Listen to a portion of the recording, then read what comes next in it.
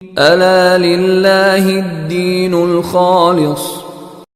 کل ایک سید زادے کسی گدی کے آئے تھے مجھ سے ملنے کے لیے، کہنے لگے ہاتھ لگاتا ہوں تو شفا ہو جاتی، دعا دیتا ہوں شفا ہوتی ہے۔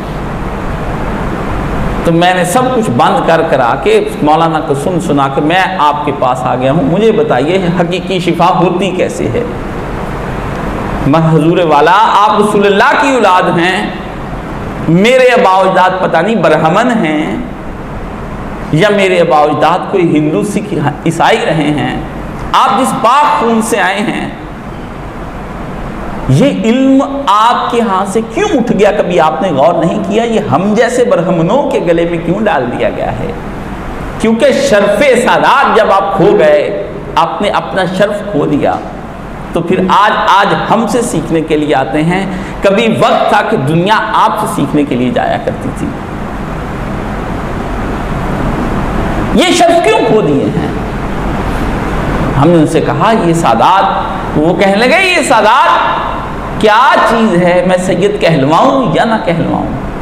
میں نے کہا اتنا قیمتی شرف ہے، اس قیمتی شرف کے مطابق عمل کرتے رہیں اور کہلواتے رہیں، اگر نہیں عمل ہو رہا تو ہٹا دیں، ورنہ رسول اللہ خدا بھی بدنام ہو جائیں گے، جس طرح کہ ہم امتیوں نے اپنے نبی کو بدنام کر دیا ہے کہ امتی باعث رسوائی پیغمبر ہیں۔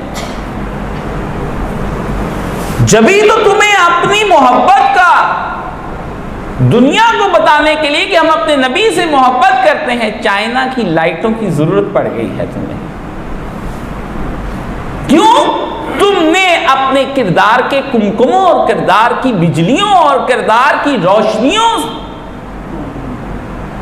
کو نہیں جگمگایا ہے۔ اب چائنا تمہاری مدد کرنے کے لیے آیا ہے، جھنڈیاں بتائیں گی، جھنڈے بتائیں گے، حلوہ بتائے گا، کھیر بتائے گی، نان بتائیں گے، حلیم بتایا جائے گا، اور تعزیے کی طرح کی شبیہات بنا کر کے جگہ جگہ پھیرائی جائیں گی۔ کیوں؟ کہ وہ بتاتی ہیں کہ تمہیں کتنی محبت ہے رسول خدا صلی اللہ علیہ وسلم سے، اور جس غریب کے پاس یہ چیزیں نہیں ہیں اس کو رسول اللہ سے کوئی محبت نہیں ہے۔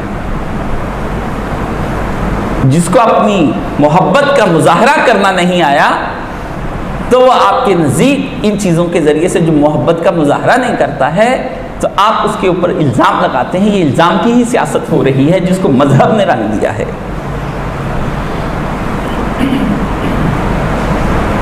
اس لیے